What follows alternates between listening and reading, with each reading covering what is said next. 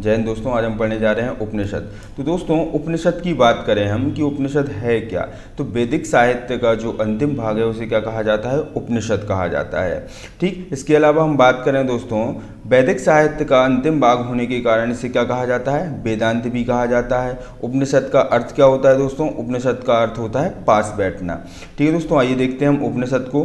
तो भारतीय दर्शन का मुख्य आधार तथा वैदिक साहित्य का अंतिम भाग क्या कहलाता है, उपनिषद कहलाता है या उपनिषद है। ठीक, तो दोस्तों इसकी परिभाषा क्या हो गई कि भारतीय दर्शन का मुख्य आधार तथा वैदिक साहित्य का अंतिम भाग क्या है, कहलाता है उपनिषद कहलाता है या उपनिषद है।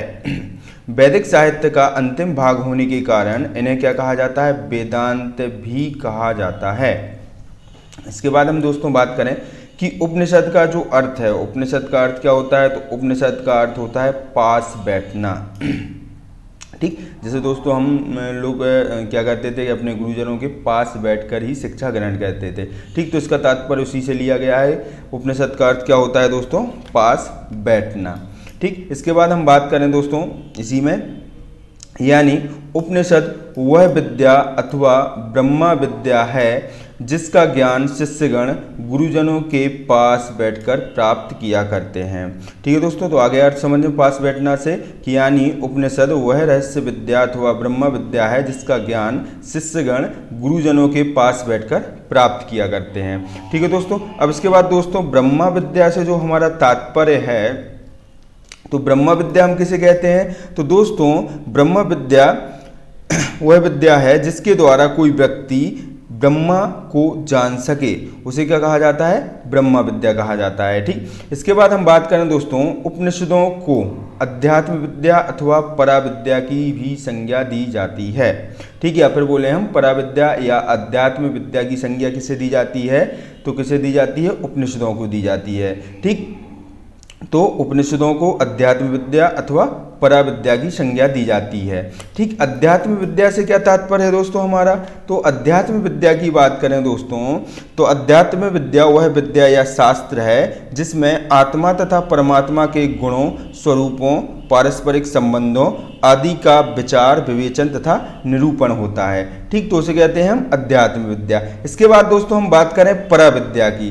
ठीक, तो जो दोस्तों पराविद्या है, किसे पराविद्या कहते हैं, तो पराविद्या से तात्पर्य दोस्तों स्वयं को जानने या परम सत्य को जानने से है। ठीक, पराविद्या को जो है दोस्तों उपनिषदों में काफी उच्च स्थान प्रदान किया गया है। ठीक, तो इसलिए उपनिषदों को क्या कहा जाता है दोस्तों, अध्यात्म विद्या तथा पराविद्या की भी संज्ञा दी जाती है। ठीक, चलिए इसके बाद हम बात करें दोस्तों उपनिषदों की जो कुल संख्या है वो कितनी मानी जाती है, 108 मानी जाती है। लेकिन प्रमाणिक उपनिषदों की संख्या कितनी मानी गई है, 12 मानी जाती है। लेकिन दोस्तों अब क्या है कि अधिकांश विद्वान 13 उपनिषदों को मुख्य उपनिषद मानते हैं। ठीक है दोस्तों, तो क्वेश्चन आएगा कि उपनिषदों की कुल संख्या कितनी है, तो 108 है। प्रमाणिक उपनिषदों की संख्या कितनी मानी जाती है, 12 मानी जाती है। और अधिकांश विद्वान मुख्य उपनिषद कितने मानते हैं, 13। आइए देख लेते हैं हम 13 उपनिषद हमारे। चलिए देखते हैं हम कौन कौन से 13 उपनिषद हैं हमारे मुख्य रूप से। तो यहाँ पर बात करते हैं वो 13 उपनिषद हैं। जैसे बात करें, पहला है ईशोपनिषद, फिर कैनोपनिषद, फिर कठोपनिषद, फिर प्रश्नोपनिषद, फिर मुंडकोपनिषद, फिर मांडुक्योपनिषद, फिर तैत्तिरीयोपनिषद, फिर ऐतरेयोपनिषद, फिर छांदोग्योपनिषद, फिर वृहदारण्यक उपनिषद, फिर श्वेताश्वर उपनिषद, फिर कौशिकी उपनिषद, फिर मैत्रायणी उपनिषद। ठीक है दोस्तों, ये हमारे 13 उपनिषद हैं। ठीक, इनके बारे में हम थोड़ा सा डिटेल से पढ़ेंगे। ठीक, चलिए इसके बाद हम बात कर लें दोस्तों, आदि शंकराचार्य ने 10 उपनिषदों पर क्या लिखी है दोस्तों, टीका लिखी है। ठीक, तो दोस्तों आदि शंकराचार्य ने कितने उपनिषदों पर टीका लिखी है, तो कितने उपनिषदों पर टीका लिखी है, 10 उपनिषदों पर टीका लिखी थी। ठीक, अब इसके बाद हम बात करें दोस्तों इन 13 उपनिषदों में सबसे बड़ा और सबसे छोटा उपनिषद कौन सा है, या फिर उपनिषदों में सबसे बड़ा और सबसे छोटा उपनिषद कौन सा है। ठीक, क्वेश्चन सीधा आएगा कि उपनिषदों में सबसे बड़ा उपनिषद कौन सा है, तो दोस्तों बृहदारण्यक उपनिषद सबसे बड़ा है। और सबसे छोटा उपनिषद कौन सा है दोस्तों, मांडुक्य उपनिषद हमारा सबसे छोटा उपनिषद है। ठीक है दोस्तों। इसके बाद हम बात करें दोस्तों, जो उपनिषद हैं इनकी रचना गद्य और पद्य दोनों में की गई है। ठीक, कुछ उपनिषदों की रचना गद्य में की गई है, कुछ उपनिषदों की रचना पद्य में की गई है। आइए उनको देख लेते हैं कि उपनिषद की रचना गद्य एवं पद्य दोनों में की गई है। ठीक, यहाँ पर हम उपनिषदों लिख लेंगे। ठीक, तो उपनिषदों की रचना गद्य और पद्य दोनों में की गई है। जैसे हम बात करें दोस्तों, प्रश्न, मांडुक्य, कैन, ऐतरेय, तैतरेय, छांदोग्य, बृहदारण्यक, कौशिकी उपनिषद मुख्य रूप से किस में लिखे गए हैं? गद्य में लिखे गए हैं। वहीं ईश, कट, श्वेताश्वर की रचना पद्य में की गई है। ठीक है दोस्तों। अब इसके बाद दोस्तों हम जो हमारे उपनिषद हैं इनमें से कुछ उपनिषदों को देख लेते हैं कि कौन कौन से उपनिषद किस किस वेद से संबंधित हैं। तो आइए हम बात करते हैं दोस्तों, जो हमारा ऐतरेय उपनिषद तथा कौशिकी उपनिषद है इसका संबंध किससे है? ऋग्वेद से है। इसके बाद हम बात करें दोस्तों, छांदोग्य तथा कैन उपनिषद का संबंध सामवेद से है।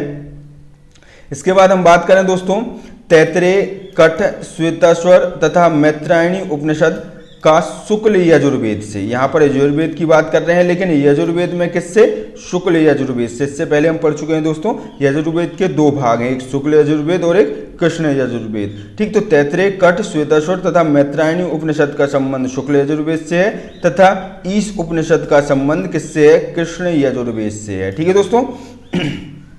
चलिए इसके बाद हम बात करें दोस्तों, मुंडक, प्रश्न व मांडुक्य उपनिषद का संबंध अथर्ववेद से है। किससे है? अथर्ववेद से है। चलिए दोस्तों, यहाँ पर अब हम थोड़ा सा उपनिषदों के बारे में थोड़ा विस्तृत पढ़ लेते हैं। ठीक, बात करें सबसे पहले मुंडको उपनिषद की। ठीक, तो मुंडको उपनिषद की बात करें दोस्तों तो एक बहुत ही महत्वपूर्ण क्वेश्चन आता है कि हमारे भारत का आदर्श राष्ट्रीय वाक्य सत्यमेव जयते कहाँ से लिया गया है? मुंडको उपनिषद से लिया गया है। इसके बाद क्वेश्चन आता है कि यज्ञ को ऐसी नौका के समान बताया गया है जिस पर भरोसा नहीं किया जा सकता, इसका उल्लेख किस उपनिषद में है? तो किसमें है? मुंडको उपनिषद में है। ठीक, तो मुंडको उपनिषद की बात करें तो इसमें यज्ञ को ऐसी नौका के समान बताया गया है जिस पर भरोसा नहीं किया जा सकता है। इसके बाद हम बात करें दोस्तों, इस उपनिषद अर्थात मुंडको उपनिषद में भारत के आदर्श राष्ट्रीय वाक्य सत्यमेव जयते का उल्लेख है या उल्लेख मिलता है। तो दोस्तों सत्यमेव जयते हमने कहाँ से लिया है? मुंडको उपनिषद से ही लिया है। ठीक, इसके बाद हम बात करें दोस्तों ईशोपनिषद। तो दोस्तों निष्कर्म या निष्काम कर्म सिद्धांत का प्रतिपादन किस उपनिषद में किया गया है? तो किस में किया गया है? ईशो उपनिषद में किया गया है। ठीक, तो ईशो उपनिषद की बात करें दोस्तों तो इसमें ही सर्वप्रथम निष्काम कर्म सिद्धांत का प्रतिपादन किया गया है। ठीक है दोस्तों। इसके बाद हम बात करें दोस्तों कठोपनिषद। तो कठोपनिषद की बात करें दोस्तों कि यम नचिकेता संवाद का उल्लेख कहाँ पर मिलता है? तो कठोपनिषद में मिलता है। ठीक, ये पहले हम इससे पहले वाले वीडियो में यम और नचिकेता के मध्य क्या संवाद होता है वो हम पढ़ चुके हैं। ठीक, तो यहाँ पर केवल बात करते हैं कि कठोपनिषद में यम नचिकेता संवाद मिलता है। ठीक, तो आचार्य यम द्वारा नचिकेता को ब्रह्मा विद्या का उपदेश दिए जाने का उल्लेख मिलता है, जिसे ही हम क्या कहते हैं? यम नचिकेता संवाद कहते हैं। ठीक, इसके बाद और क्या मिला है कठोपनिषद में? तो सांख्य शब्द की जानकारी और विष्णु के प्रति झुकाव का आभास इसी उपनिषद में मिलता है। सांख्य शब्द की जानकारी किस में मिलती है? कठोपनिषद में मिलती है। विष्णु के प्रति झुकाव का आभास किस उपनिषद में मिलता है? सबसे पहले तो कठोपनिषद में मिलता है। ठीक, चलिए इसके बाद हम बात करें दोस्तों जो हमारा मांडुक्य उपनिषद है। ठीक, तो मांडुक्य उपनिषद की बात करें तो यह क्या है? सबसे छोटा उपनिषद है। ठीक, सबसे पहले तो क्वेश्चन क्या बन सकता है इससे कि यह सबसे छोटा उपनिषद है। इसके बाद ब्रह्मा के साकार और निराकार दोनों रूपों का उल्लेख कहाँ पर मिलता है? तो दोनों रूपों का उल्लेख मांडुक्य उपनिषद में मिलता है। ठीक, तो मांडुक्य उपनिषद की बात करें दोस्तों तो इसमें ब्रह्मा के साकार और निराकार दोनों रूपों का उल्लेख मिलता है। इसके बाद बात करें तो उपनिषदों में सबसे छोटा हमारा मांडुक्य उपनिषद है। ठीक, अब इसके बाद हम बात करें दोस्तों ऐतरेय उपनिषद। तो सृष्टि की उत्पत्ति के संबंध में कहाँ पर उल्लेख किया गया है? सृष्टि की उत्पत्ति का उल्लेख कहाँ पर किया गया है दोस्तों? तो ऐतरेय उपनिषद में किया गया है। ठीक, तो बात करें ऐतरेय उपनिषद की तो इसमें सृष्टि की उत्पत्ति के संबंध में इस सिद्धांत का उल्लेख है कि प्रारंभ में केवल आत्मा की ही सत्ता थी। प्रारंभ में केवल आत्मा की सत्ता थी, इस बात का उल्लेख कहाँ पर मिलता है? ऐतरेय उपनिषद में मिलता है। ठीक, सृष्टि की उत्पत्ति के संबंध का ये सिद्धांत है जिसमें कहा गया है कि प्रारंभ में केवल आत्मा की ही सत्ता थी। इसका उल्लेख कहाँ पर मिलता है? ऐतरेय उपनिषद में मिलता है। इसके बाद हम बात करें दोस्तों छांदोग्य उपनिषद। ठीक, तो छांदोग्य उपनिषद की बात करें दोस्तों तो इसमें एक महत्वपूर्ण फैक्ट निकल के आता है कि इतिहास पुराणों को पंचम देव किस उपनिषद में कहा गया है। ठीक, इतिहास पुराणों को हमारा जो है पंचम देव माना गया है। इसका उल्लेख किस उपनिषद में मिलता है? तो छांदोग्य उपनिषद में मिलता है। इसके अलावा आरुणि, उद्दालक और श्वेत केतु विवाद का उल्लेख कहाँ पर मिलता है? तो इसका उल्लेख छांदोग्य उपनिषद में ही मिलता है। ठीक, तो छांदोग्य उपनिषद की बात करें दोस्तों तो आरुणि, उद्दालक और श्वेत केतु विवाद छांदोग्य उपनिषद में मिलता है। इसके बाद हम बात करें दोस्तों इतिहास पुराणों को पंचम देव छांदोग्य उपनिषद में कहा गया है। ठीक है दोस्तों, चलिए इसके बाद हम बात करें दोस्तों बृहदारण्यक उपनिषद हमारा। ठीक, तो बृहदारण्यक उपनिषद की बात करें सबसे पहले दोस्तों तो यह सबसे बड़ा उपनिषद है, पहली चीज। इसके बाद पुनर्जन्म का पहला स्पष्ट उल्लेख कहाँ पर मिलता है? तो बृहदारण्यक उपनिषद में मिलता है। याज्ञवल्क्य गार्गी संवाद कहाँ पर मिलता है? हमारा बृहदारण्यक उपनिषद में मिलता है। ठीक है दोस्तों, तो आइए इसको हम पढ़ते हैं।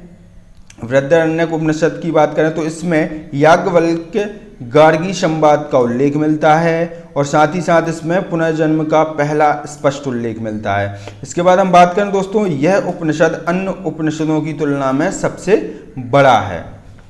और क्या है दोस्तों इसमें? तो इसमें विदेह राजा जनक, विदेह के राजा कौन थे? जनक। विदेह राजा जनक के दरबार में हुए शास्त्रार्थ में याज्ञवल्क्य की विजय का उल्लेख मिलता है। एक इसमें मिलता है हमारा बृहदारण्यक उपनिषद में मिलता है।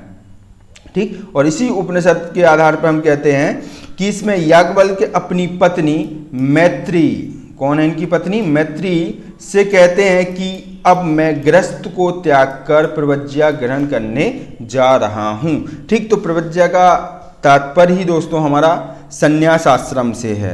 ठीक है, इसका प्रयोग जो है प्रवज्या का उपयोग जो है दोस्तों सन्यासी या भिक्षु धर्म ग्रहण करने की विधि के अर्थ में करते हैं। ठीक, तो उसको हम क्या बोलते हैं? प्रवज्या। ठीक, तो प्रवज्या किसे कहते हैं? तो दोस्तों प्रवज्या को संन्यास आश्रम कहा जाता है। ठीक, प्रवज्या को क्या कहा जाता है दोस्तों? संन्यास आश्रम कहा जाता है। इसका प्रयोग सन्यासी या भिक्षु धर्म ग्रहण करने की विधि के अर्थ में करते हैं। ठीक है दोस्तों, इसके बाद हम बात करें दोस्तों जवालो उपनिषद की। ठीक, तो जवालो उपनिषद में ही दोस्तों पहली बार चारों आश्रमों का उल्लेख मिलता है। ठीक, हमारे जीवन के जो 100 वर्ष हैं उनको 4 आश्रमों में हमने विभाजित किया गया है और इन चारों आश्रमों का उल्लेख कहाँ पर मिलता है? हमारा जवालो उपनिषद में मिलता है। ठीक, तो इनको हम डिवाइड कर देंगे 0 से 25, 25 से 50, 50 से 75, 75 से 100। ठीक है दोस्तों, तो जवालो उपनिषद इसमें पहली बार चारों आश्रमों का उल्लेख मिलता है। जैसे हम बात करें दोस्तों 0 से 25 वर्ष जब व्यक्ति पैदा होता है, शून्य पर रहता है, 1 साल का हो जाता है तो हम बोलते हैं वो 1 साल का हो गया है। ठीक, तो 0 से 25 वर्ष कौन सा आश्रम होता है? हमारा ब्रह्मचर्य आश्रम होता है। इसके बाद 25 से 50 वर्ष गृहस्थ आश्रम होता है। 50 से 75 वर्ष हमारा वानप्रस्थ आश्रम होता है और 75 से 100 वर्ष हमारा क्या होता है? संन्यास आश्रम होता है। ठीक है दोस्तों, तो ये हो गए हमारे क्या चारों आश्रम। ठीक, तो इन 4 आश्रमों का जो उल्लेख है किस में मिलता है? जवालो उपनिषद में मिलता है। ठीक, जैसे हम बात करें 0 से 25 वर्ष ब्रह्मचर्य आश्रम, यहाँ पर केवल व्यक्ति क्या करता है? शिक्षा ग्रहण करता है। 25 से 50 वर्ष में दोस्तों व्यक्ति क्या करता है? गृहस्थ आश्रम में प्रवेश करता है, शादी विवाह करता है, पुत्र की प्राप्ति करता है। पुत्र की प्राप्ति होने के बाद वह पुत्र ऋण से मुक्त हो जाता है। ठीक, इसके बाद 50 वर्षों तक उसकी गृहस्थ जीवन चलता है। इसके बाद 50 से 75 की बात करें तो वनों में जाता है वो। ठीक, तो वनों में क्या करता है? ध्यान करता है। ठीक, तो उसे क्या बोलते हैं? वानप्रस्थ आश्रम कहते हैं। इसके बाद 75 से 100 वर्ष तक वो क्या कर लेता है? संन्यास आश्रम धारण कर लेता है। ठीक, तो ये हमारे क्या है? 4 आश्रम है। इसके बाद हम बात करें दोस्तों श्वेताश्वर उपनिषद। ठीक, तो रुद्र देवता को समर्पित यह उपनिषद है। ठीक, तो रुद्र देवता को समर्पित उपनिषद कौन सा है? हमारा श्वेताश्वर उपनिषद है। ठीक, तो श्वेताश्वर उपनिषद की बात करें तो दोस्तों यह उपनिषद रुद्र देवता को समर्पित है। इसमें परमात्मा को रुद्र कहा गया है, जिसमें रुद्र का शिव रूप से उल्लेख किया गया है। ठीक है दोस्तों, इसके बाद हम बात करें प्रश्नोपनिषद। तो ऋषि पिपलाद और 6 ऋषियों का संवाद का उल्लेख कहाँ पर मिलता है दोस्तों? प्रश्नोपनिषद में मिलता है। ठीक, तो प्रश्नोपनिषद की बात करें दोस्तों तो इसमें ऋषि पिपलाद और 6 ऋषियों का संवाद संकलित है। इसके बाद हम बात करें दोस्तों मैत्रायणी उपनिषद।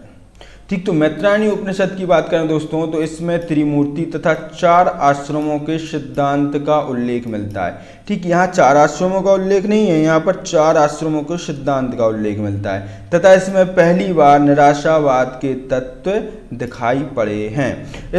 इसे उपनिषदों में सबसे बाद का माना गया है। ठीक, तो उपनिषदों में सबसे बाद का उपनिषद किसे माना गया है? तो मैत्रायणी उपनिषद को माना गया है। ठीक, अब इसके बाद थोड़ा सा हम और 1-2 फैक्टर देख लेते हैं दोस्तों कि उपनिषदों में उल्लेखित राजा। ठीक, तो उपनिषदों में उल्लेखित वे राजा जो ब्रह्मा ज्ञान या अध्यात्म चिंतन से जुड़े थे। ठीक, उपनिषदों में उल्लेखित वे राजा जो ब्रह्मा ज्ञान या अध्यात्म चिंतन से जुड़े हुए थे। जैसे हम बात करें तो कौन कौन से राजा थे जो उपनिषदों में ब्रह्मा ज्ञान या अध्यात्म चिंतन से जुड़े थे? विदेह के राजा जनक, कैकेयी के राजा अश्वपति, काशी के राजा अजातशत्रु और पांचाल के राजा प्रवाहन।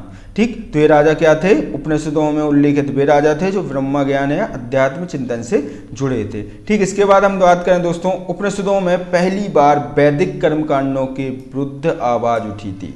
ठीक है, तो उपनिषदों में ही पहली बार वैदिक कर्मकांडों के विरुद्ध आवाज उठी थी।